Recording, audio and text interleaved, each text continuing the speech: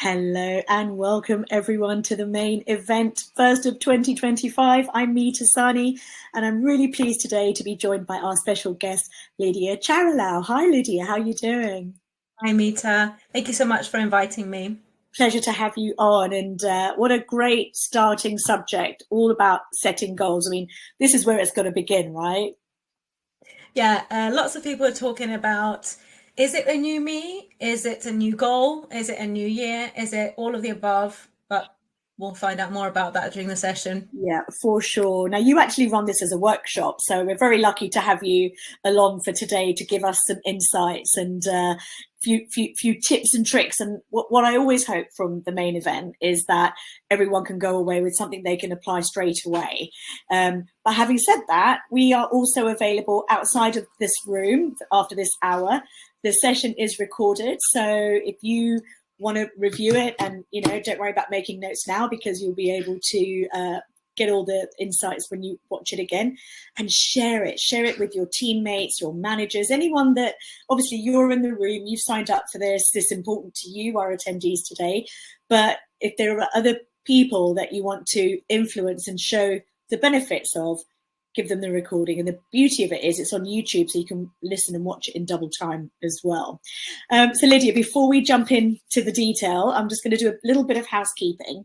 So the session today, as mentioned, is all about humanizing your goals and achieving impact and having purpose-driven strategies. So it's not just about going through the motions. We've got Lydia here today because we want to make it meaningful to you. We want to make it effective for you, and we want you to be able to, have a life-changing outcome from the goals that you set for yourself. So that's our mission. This is just the beginning, today's session, but that's what we want you to go away with. So we're on for the next 45 minutes or so. We try to keep the session quite succinct.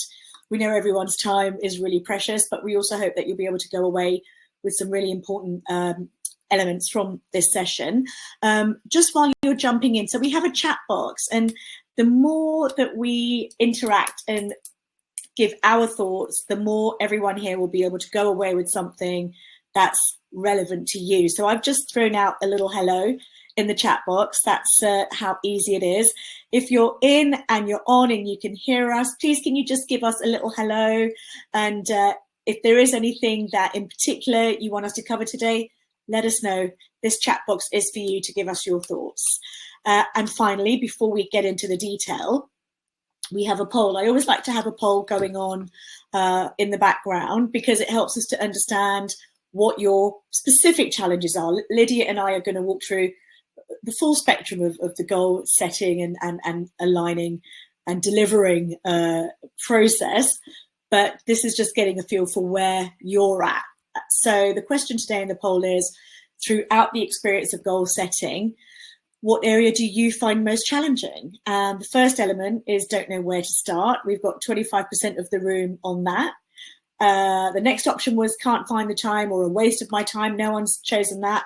And then the next, which is 75%, is that they've set them, but they don't follow them. So that's quite interesting. Definitely. Yeah, we'll come back to this poll. The other options are not aligned to my values, and therefore not really directly connecting to the reward system that follows.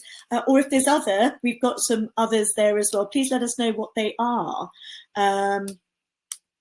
Please let us know what is not working for you, so Lydia and I can try to get some impact and results and solutions for you in the room today. So without further ado, Lydia, let's get into the nitty-gritty. So we've got a few areas that we said we'd cover today.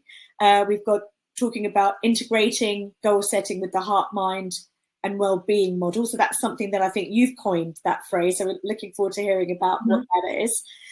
And then making goal setting more inclusive and meaningful. So really aligning it to everyone and their individual situations. Is that what that would look like? Yes, and we will talk a little bit more about that as well. Yeah. But yes. We've then got how you would then align your goals with your personal values, and then fostering a supportive environment. So not just setting them, but having an environment where you can actually get them off the ground and have impact from them. And then enhancing them aligned with your organizational goals, because we always think of goal set. Well, there's two schools, right? There's the personal goal setting and the professional goal setting, but hopefully the way we're going to teach it or talk about it today, it can encompass everything, because we are holistic after all. Yeah, absolutely. I think, Meeta, that the point here is, we're not going to reinvent the wheel. It's not about coming in and saying, let's throw everything else out and start with something fresh. Yeah. What we're talking about here is how can we enhance what's already in place and build on it, and obviously use some new tools to help it become more meaningful. Yeah. Well, Lydia, you have many years in HR and people support, but what's got you to this point? Like, tell me, if you just give us a little background about who you are, what you do, and what's got you. Definitely. Yeah, so you rightly pointed out, many years in corporate HR roles across geographies, across industries. And I was thinking about it when I was thinking about my intro. I don't think I can remember a point in my HR career where the HR team wasn't stretched. I feel like very time poor being one of the kind of top things that many of us HR folk can resonate with. And so, my first-hand experiences with these kind of culture transformation experiences often were add-ons to HR roles. Okay. So it's, when you're talking about larger organizations, then you do kind of end up having centers of excellence with more people that are specializing. But in many organizations, HR people, either are generalists or HRBPs, start taking on more and more responsibilities. Yeah. And culture being one of these kind of big areas. And so really my organization, Labyrinth Consultants, was founded to guide organizations through these culture transformations, because I've been there, I've done that. Yeah. I know the pain points. So I'm really bringing that insider knowledge with the external perspective now of really looking at how to make improvements and really be the organization's partner. And that's the two things that you talk about, the culture. I think for me, having been, my background very much in sort of strategic goal setting, business, corporate drivers, and aligning that with the people, it's all about getting the layering, right? Getting it to flow through every layer of an organization. And actually, I think companies are really good at the corporate goal setting. They're probably quite good at communicating that through to the middle managers and what that looks like for what middle management need to achieve. And then there almost seems to be a dilution of well, how does that impact, and how can people on the ground impact the outcomes, and that's where it all starts to get a little bit weaker, and then communication breaks down, and then unrest follows, trust and confidence goes out the window, and yet it was the best laid plans at the beginning. Yeah. Are you reading my notes? No, I mean, and for those who maybe have seen my LinkedIn posts over the past couple of weeks, you would have noticed that I really shared the pain points that I've heard across my years in HR, either firsthand or through other colleagues. And there's a lot of pain points to traditional goal setting, which is leading us into why this workshop. So, well, tell me about the word humanizing, because that I think is where you and I aligned. I talked about the holistic approach. You talked about that being something, that you align with, but you use this word humanizing your goals. Tell me what that's about. Yeah. So I love the little quote from Maya Angelou, which basically says, you may not remember what people said or did, but you will remember how they made you feel. Yeah. So that's kind of the crux of it. So ultimately what we're talking about here is behaviors. So a traditional goal would probably task someone with achieving, I don't know, an increase in innovation or a decrease of something, or an increase of revenue. It's a very task focused, right? Yeah. It's and it's great. It's an outcome. It's specific. It's measurable. All of those smart things, they're great to help us get from A to B. But it doesn't talk about the behavior Yeah. that Is it either, meaningful? so a team Yeah. lead is requesting their team to increase innovation by 30%, for example. Well, that's influencing a behavior. It's not just the outcome. So what the humanizing part does, it's integrating some behaviors, and we'll talk a little bit more about the model in a moment, but it integrates that. So it's enhancing two things. You still have your task and you still have an outcome, but it slightly changes the perspective. Well, can we talk about, therefore, the Heart-Mind Wellbeing model that you promote? Like, what does that look like, and how would that work? Yeah. So interestingly, I came across the model, and it was originally created by the Dalai Lama and the Education Center. Okay. So the model, so I've adapted it to the workplace, but the original model is for children in schools in Canada. That's how it started off. And it started off to help children with the behaviors through learning and education. So it wasn't just you have to do X, it was how are you going to do that? So yes, I have adapted it to the workplace, specifically to goal setting, because I really loved fundamentally what it was about and how this made me feel as a person as well. We were talking at the onset when we were doing our prep about we're all here to kind of share good practices, but are we actually doing what we're requesting other people to do? So this really resonated with me. And so there's 5 key behaviors, one being psychological safety, which is key to many things. We'll talk about that. Empathy and support, collaboration, problem solving, and of course, engagement and productivity. Okay. So those are 4 titles that if you're listening, and 40% of the room are saying they don't know where to start. So if we were going to start at the beginning, and if people are saying, right, 2025 is the year that not only do I want to set goals, but I want them to be meaningful, they need to be humanized, they need to be impactful with my organization. Would these be the titles, the headings that people would put on a page? I mean, how would a person start? Very good question. So I always say I would start with 3 key questions to yourself or to your manager, depending on if you're a business owner or if you're in-house in a team. The first one being is to understand the purpose, ask why. So why am I being requested to complete this goal? Or, ask yourself, why am I setting this goal, depending on the context? Yeah. So that is where I would always start, because it helps align the bigger picture with the activity that you've got to take on. Yeah. I then would recommend that everyone thinks of a second question, which is, what is it that I'm going to achieve? So again, being the S of the specific, maybe in a kind of SMART model. Yes. And then my third recommendation would be to ask yourself or ask your manager, what are the milestones that you're expecting me to achieve along the way? So this gives me 3 different things. It gives me the purpose and how it connects and to the bigger picture and aligned to the organizational values, which of course, if it's in the personal goal setting you're doing for yourself and you're aligning with your personal values as well, then what is it that I'm actually going to do here? But also, how am I going to break that down? Because it's so important. Well, and this is my experiences, but also my personal beliefs.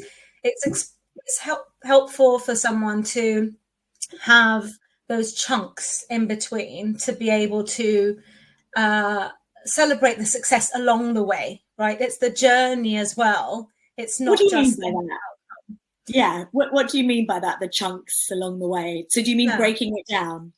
So, I mean, I'll go back to the example before of the team lead that was set a goal to increase innovation, right? I mean, that's massive. Like, increase innovation in the team. What does that really mean? Yeah. So it's really thinking about what those measurable outcomes are going to be along the way. Are we talking about having an increase in the ideas, the innovative ideas that are being shared in a team in a specific time bound situation? Are we talking about the connecting to the purpose, going back to the beginning, because we're wanting to increase innovation, because ultimately we want our processes to be more fluid and obviously cut down the time that we do things, so it's giving us lots of different aspects to help us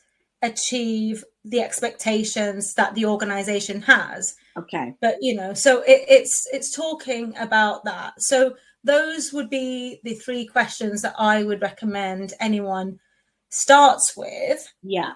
Now, of course, that's not layering in the behaviors just yet, because that's like, how do we start, right? So we've got to start somewhere, and let's start with 3 simple questions. Okay, so we've got the questions, we've got the why, we've got the how, and then we've got the specifics. And so when we talk about humanizing, and you spoke about, bringing in the value system, what can you give me, like, for people, again, if they're going to take the next stage of this, what would give me an example of how they would then humanize those 3 questions? Definitely. So again, I'll use the same example just so that we're all kind of following along. So this particular team lead was originally tasked with increasing innovation, but the way I kind of put this across is that really the goal? Or is the goal changing the behaviors in the team to help with creating an environment they feel safe to share the ideas without being reprimanded in any way, right? Is the goal creating a psychologically safe environment, which is one of the behaviors? Yeah.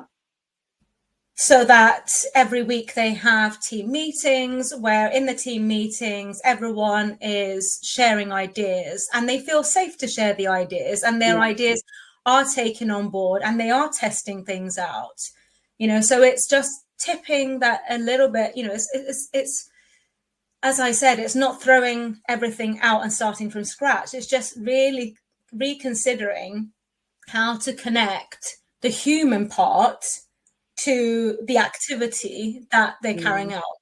It's like being mindful. I mean, we use that word so much, but in this situation, it's about taking the goal that is, innovation, 30%. So you've got what, and you've got by how much, and probably a time by end of Q1 as an example.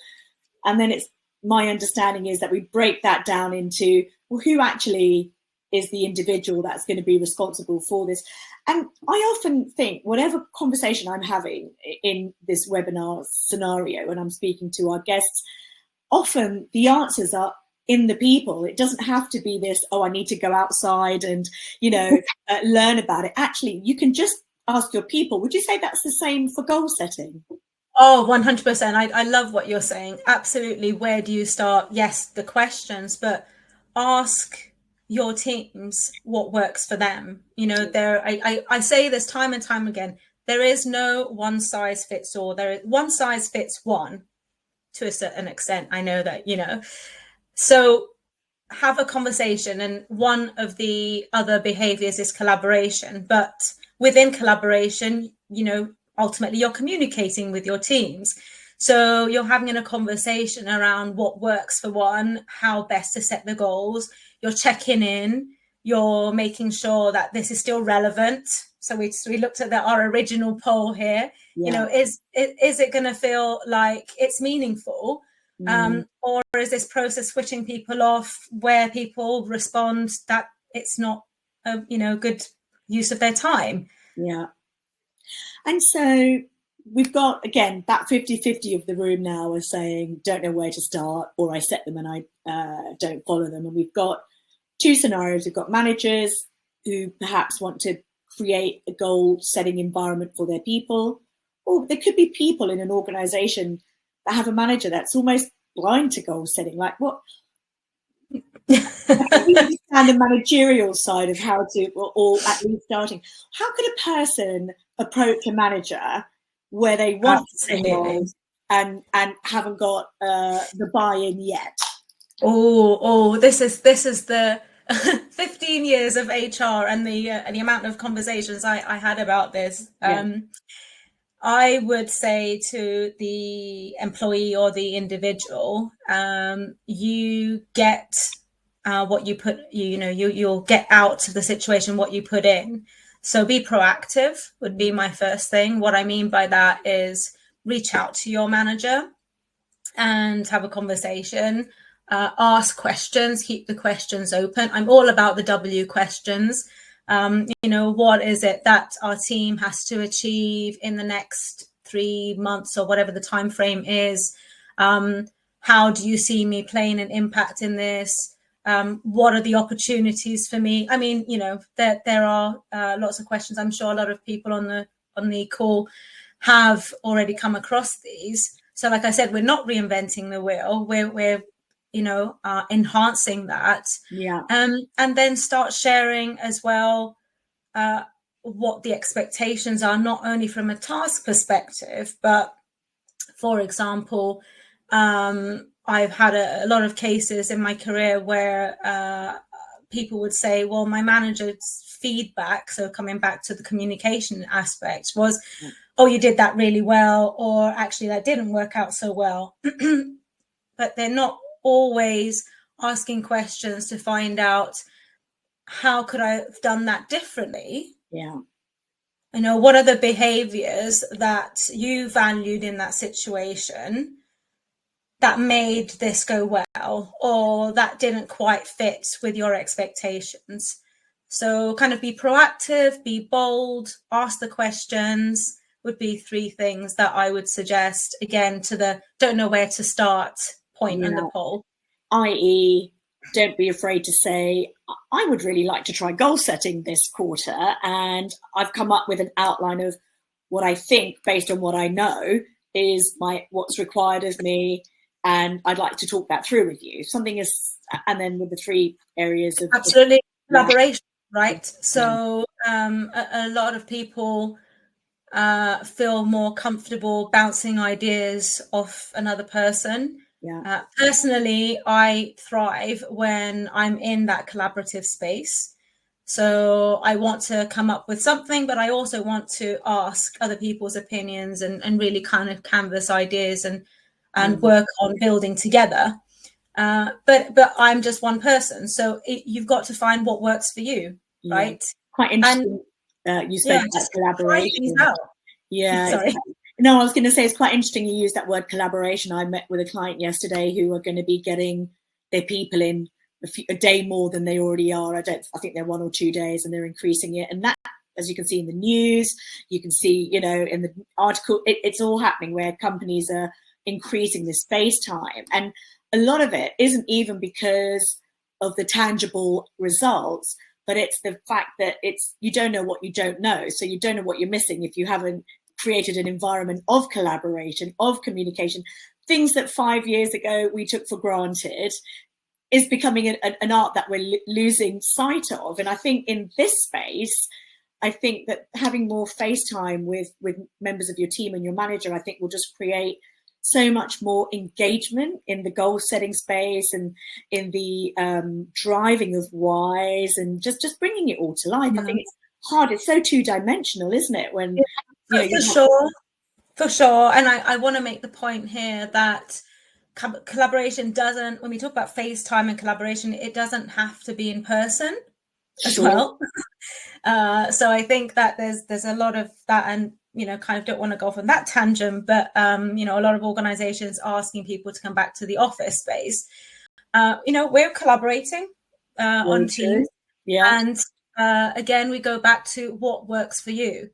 So ask the question, or if you're not sure, things that I've recommended in the past was, if you see somebody else doing something in a way that you think will be beneficial to you and you don't know how to, then maybe approach them. If you don't feel like you know them and you can't pick up the phone, or you can't have a Teams or Zoom's call or whatever, Zoom call, then perhaps send them an email just saying, hey, you know, I noticed in the team meeting you held that space really well.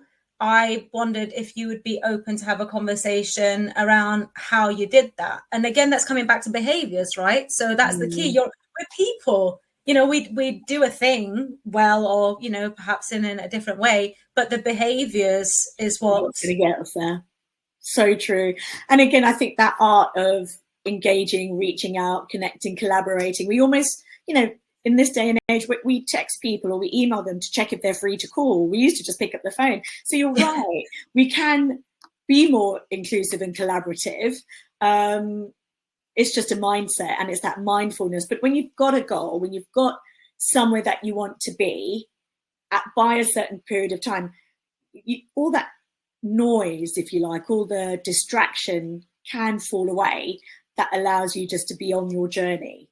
How would somebody think about making it more inclusive? Like, again, we've got the manager side and we've got the employee side. Whose responsibility is it to make goals inclusive and meaningful? Everyone's. Okay. Absolutely. I think inclusion as a topic overall is everyone's responsibility. Yeah. I mean, typically, unfortunately, it normally falls to people in HR. However, to kind of impact that change, but behavioral change doesn't happen overnight. I don't know if, I mean, I'm guessing lots of people read articles about Mark Zuckerberg over the last few days and his change in policy to eliminate fact checking. Oh, I think inclusion, diversity, and equity. Sorry, Lydia, I lost you for a minute there. Oh, am I back? You are back. Can you start with, everybody else might have heard, but can you just yes? So I will. Yes, what I got. I'm happy to repeat. So Mark Zuckerberg being the head of the Meeta or business, however it's pronounced. Yeah, it's not my name. It's Meta. Yeah, confusing. I know. Meta. Yeah, I always say he got the spelling wrong. It was Meeta. Yeah.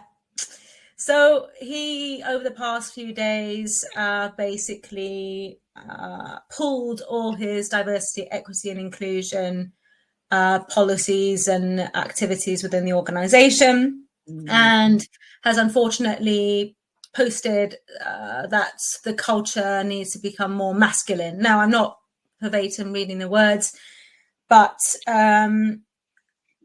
just going back to the quote about how do people make you feel, and that's what you remember.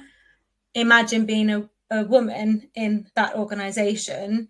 How would that make you feel? So when we talk about whose responsibility is behavior change, it starts from the top.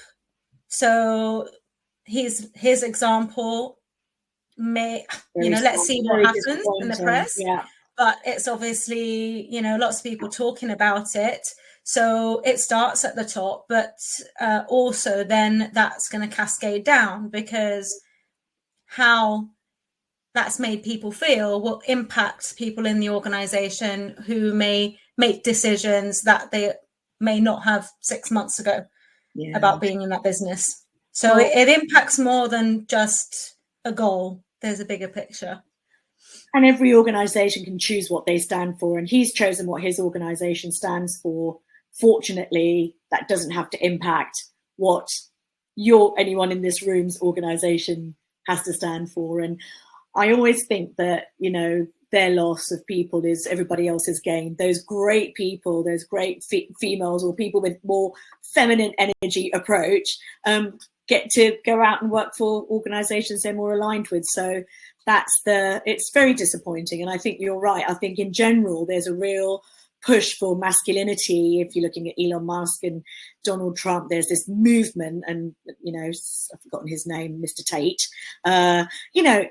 We can counter it. Or we can hold our position strong. And if we're in the goal setting space, that then comes to goal aligning with the personal values in a supportive environment. Meta is no longer a supportive environment for potentially 50% of their employees. 100%. 100%.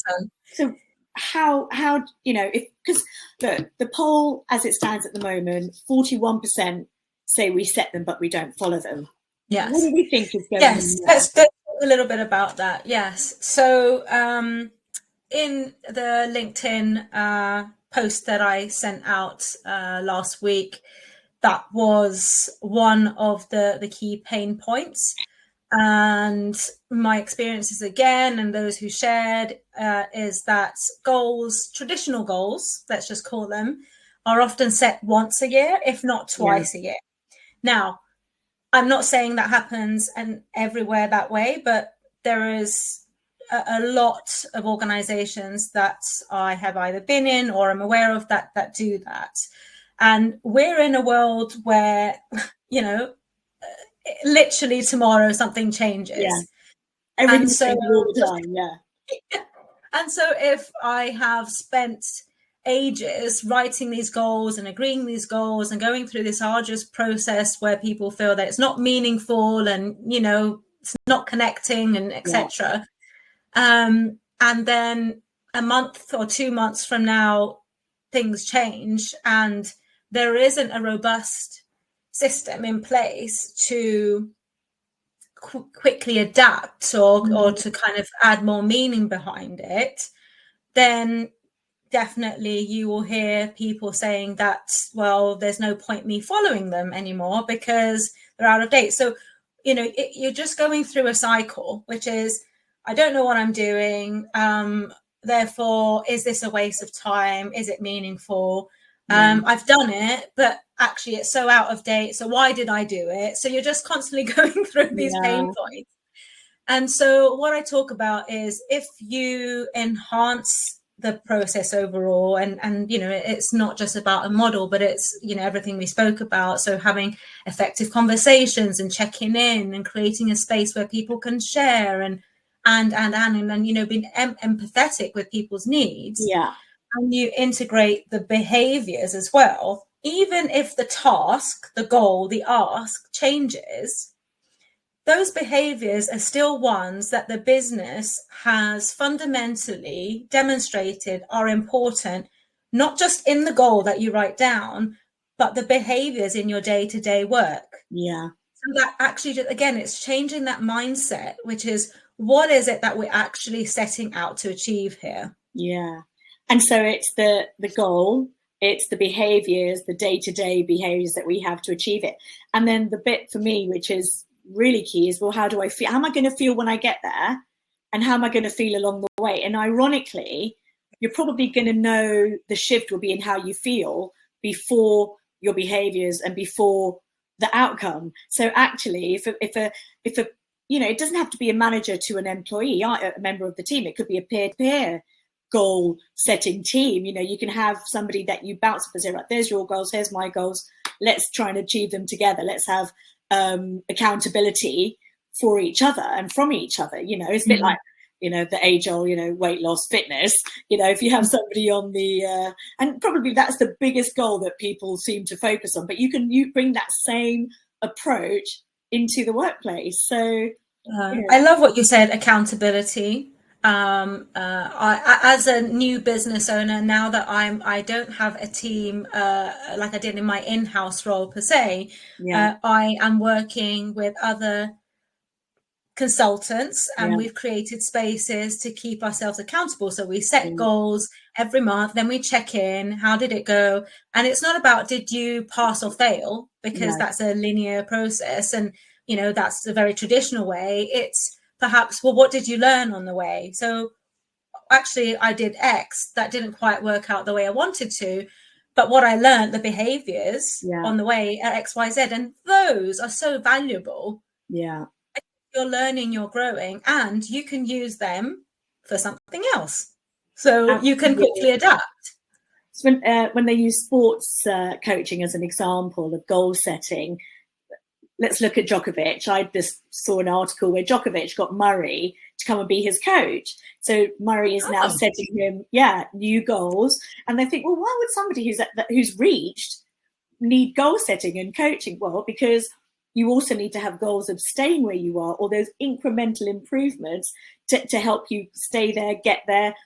And actually, because of behaviours and because time is passing and we change as people, your goals do have to adapt, or your behaviours towards the goals have to adapt. So we all need that partner on the journey, the accountability, a mirror being held up to us in a good way and a challenging way. But ultimately, I think that those small corrections are easier to swallow as well, rather than you have your monthly, a lot of people with the goals, they think that if I failed it once, that's it, I'm never going to get back on track. But when you realise that there's no cliff edge, it's a long road, and sometimes it gets a bit tougher, and sometimes, it's smooth sailing, but there's always time. If you're keeping close to it, there's always time to correct, and there's always time to get back on track. Definitely. And that's why, as I said before, I'm in favour of breaking things down into more manageable chunks. Because if you set, and we've all heard of stretch goals and big goals, ambition goals, and that's great, to have that North Star. Sure. How am I actually going to get to that North Star, though? Could be 3 years from now sometimes. And the goals that I've seen in organizations are massive. So how can I keep myself motivated, or how can I keep my team motivated to continue going and achieving and learning, is to integrate the behaviors that are, and also the smaller parts of the goal. So it's setting those measurable parts, I guess, and having the communication, open communication with the manager or with myself in the case, to say, okay, well, what is it that I'm expecting from this period of time? Yeah. But then also coming into something that we spoke about in our prep, which is measuring and tracking. Okay, tell me more, because that's so key, isn't it? Yes. So again, going back to the challenges that we heard in this poll, but also in others, often the goals are set and then they're out of date, or they're not moving forward with them for whatever reason, because something's changed. Yeah. So by having those big kind of ambition goals and breaking them down into more manageable chunks, that helps people with, have I been successful along the way? So in the workshop, we talk about examples, how to track and measure in cases where I go back to the innovation one, where the person was tasked with increasing innovation in the team across 6 months, 30%. Yeah. Okay, well, wow, where do I start? Yeah. So we talk about how would that individual, first of all, benchmark where the team is. So how regularly was the team lead creating a space for people to share innovative ideas? Let's start at the beginning. Where are we today? Yeah. Right? Yeah. And then also creating spaces in between, and then breaking that down to share innovative ideas. So what does innovative ideas mean? So in that particular case, it was because they wanted their processes to be more streamlined, so that they're ultimately more productive as a team. Sure. So you can see it's like really digging deep, where like potentially the initial goal was 30% innovation. I mean, what does that really mean? And like, how do I actually kind of break that down? So it is so important for that team lead to understand, how is he going to impact that behavior, which is creating a psychologically safe environment for the team to be able to have clarity, first of all, of where they're at, where they want to be, and how they're going to help the team lead achieve their goal, but ultimately, eventually, the team lead should be connecting their goal with the team individuals' goals as well. Yeah. So they'll get Layering individual again. goals, a cascade down as well. Yeah. But it's so important. And I mean, as an employee, I've also been caught out with these massive goals. And in fact, I've had goals in the past to increase engagement by X%. No, that's an actual goal I've had, no lie. And So I think, all right, well, yeah. do you start? Of what? Starting point, for example. What does that mean? Yeah. Yeah. So, yes. What in terms of period of time? So a lot of people are saying they set them, they don't follow them. I know you've spoken about, creating an environment where people can actually have some accountability and measuring and feedback. But what about the period of time, the length of time that you think, and I know it's all individual, but if somebody here who's starting from scratch and you say, right, this is the first time we're setting goals in our organization or as an individual, what period of time would you tell them is a smart period of time to start with? How long is a piece of string? I know. I mean, I think that, first of all, I always recommend that you don't have more than 3 goals max. Okay. Because, and I've seen 5, 6, 10 goals, and as you go up the leadership ladder as well. But kind of, and keep it simple. So if you're just starting out, start with 1 goal. Okay. And see how that goes, how you get on with it, and break that down into, and it's difficult to say, but everything's different, but I would say that probably a good chunk of time to try to impact change, which is ultimately what any goal is trying to achieve, is at least give yourself a month. Yeah. Now, in agile terms, we talk about sprints, and that goes into kind of tasks that are being achieved in 2-week sprints. So you've got to think about, am I trying to achieve a goal, which is this big outcome? Yeah. Or am I trying to achieve the chunks, the tasks to get to the goal? Okay. So break it down. Yes. So it's difficult. I say a month, but it is really difficult, and it has to be down to the individual. Yeah. And I think that whole thing about, nothing is set in stone. Let's start, let's try, let's reflect. If it isn't working, let's refine. Again, there's no cliff edges where, if we're checking in frequently enough, we can catch this before it goes too far off where we want to get to. What about when employees can see that so much has changed outside, that the company goal is no longer achievable, but no one at the top of the ladder realizes, like, what does somebody do in that scenario? And I've been there so many times. Yeah. I think that if we are focusing on the behaviors, as I said before, then regardless if the task changes, we can still keep on track with how we're doing things. So for example, if somebody is tasked with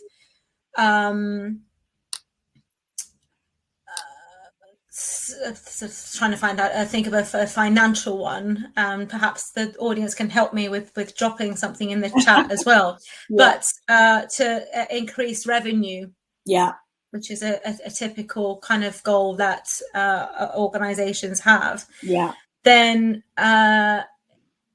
if I am solely focusing on increasing revenue, and I'm not also considering that to do that, I am having conversations with clients to build relationships, and using empathetic language, and creating a safe space for them to share their needs.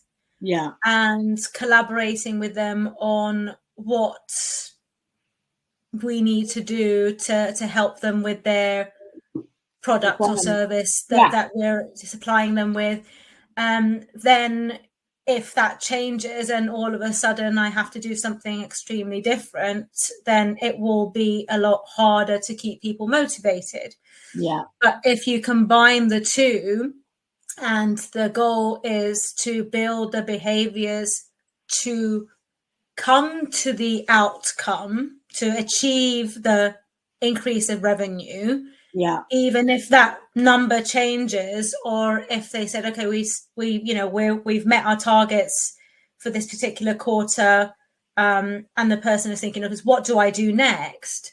They're still building the relationships, they're still creating opportunities, and because of that, innovation increases in the business. So it's a knock-on effect as well. It's not just the thing. There's with this combination, there's what happens as a result of doing things in a certain way is that we've discovered new opportunities to collaborate with these organizations, to sell more products, to upsell in a certain way. So that's kind of where I'm coming from when I talk about this humanizing and a holistic approach. Yeah. And so I know we've skimmed over a lot of areas, and I can't believe we've actually gone a couple of minutes over the time I said we would be finishing at. But I feel that, today it's a big subject, and we've covered a few areas. I really did want to align with what everyone in the room needed. So I really appreciate that this wasn't necessarily the process we were going on, but it's fine that we can help people with their goals. But I think that what I'd love to hear from you as a summary, just as we're closing down today, is for those people that have set them and not followed them, what would your advice be in terms of bringing their values and behaviors into play? Because a lot of people probably don't even realize that that's the disconnect. I would say if you've got goals in place that are not working for you in one way or another, I would go back to them and have a look at what the ask was and think about what you need as an individual to make this happen. Yeah. Prepare some thoughts to reach out to your manager or, whichever the situation is, and be mindful that open communication is key. And it's gonna, that honest conversation that you have is going to give you a lot of insights that perhaps you wouldn't have had about why this goal or the ask, is not working for every reason. Yeah. So kind of, going back to those questions. So the friction. I would say be open to collaborating. So if you don't have a manager that is forthcoming, or for whatever reason that's not an avenue that is helping with this particular challenge you have, look further afield, like ask a peer, a colleague, if possible, perhaps ask another leader in the business, in a way that's obviously not going to put your manager in a position that they feel they feel that isn't going to be beneficial to them, but really kind of be asking those questions, try to collaborate, and yes, be open to what are the behaviors you would benefit from others demonstrating to you, and how you can also incorporate that in your goal.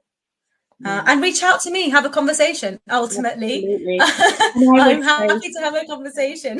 Thank you, Lydia. Well, one thing I would say, I know we've focused on individuals in a team, but this everything aligns to a manager as well, because you're also an individual in the next team. So the mindset that you have for yourself is the mindset that you can then engage with your people. So seeing it from your individual perspective, I think, helps you be a better manager, a supporter, a driver. And we're human first. We're human first. Absolutely. Well, Lydia, thank you so much for taking the time out and sharing your insights and your specific and really special way of looking at goals. And, you know, as you said, it's about business and organizations and success, but ultimately it's all about people. And I think that's where I'm going to leave this. Thank you to everyone that signed up today and joined, those who are in the room now and those watching it afterwards as well. We hope this has been useful to you, and take the recording, share the knowledge, share the love, so you can have more effective, impactful goals in your world that make it a successful and happy place. Okay, well, from that, I'm going to say bye for now. Thank you so much. All the best. Take care.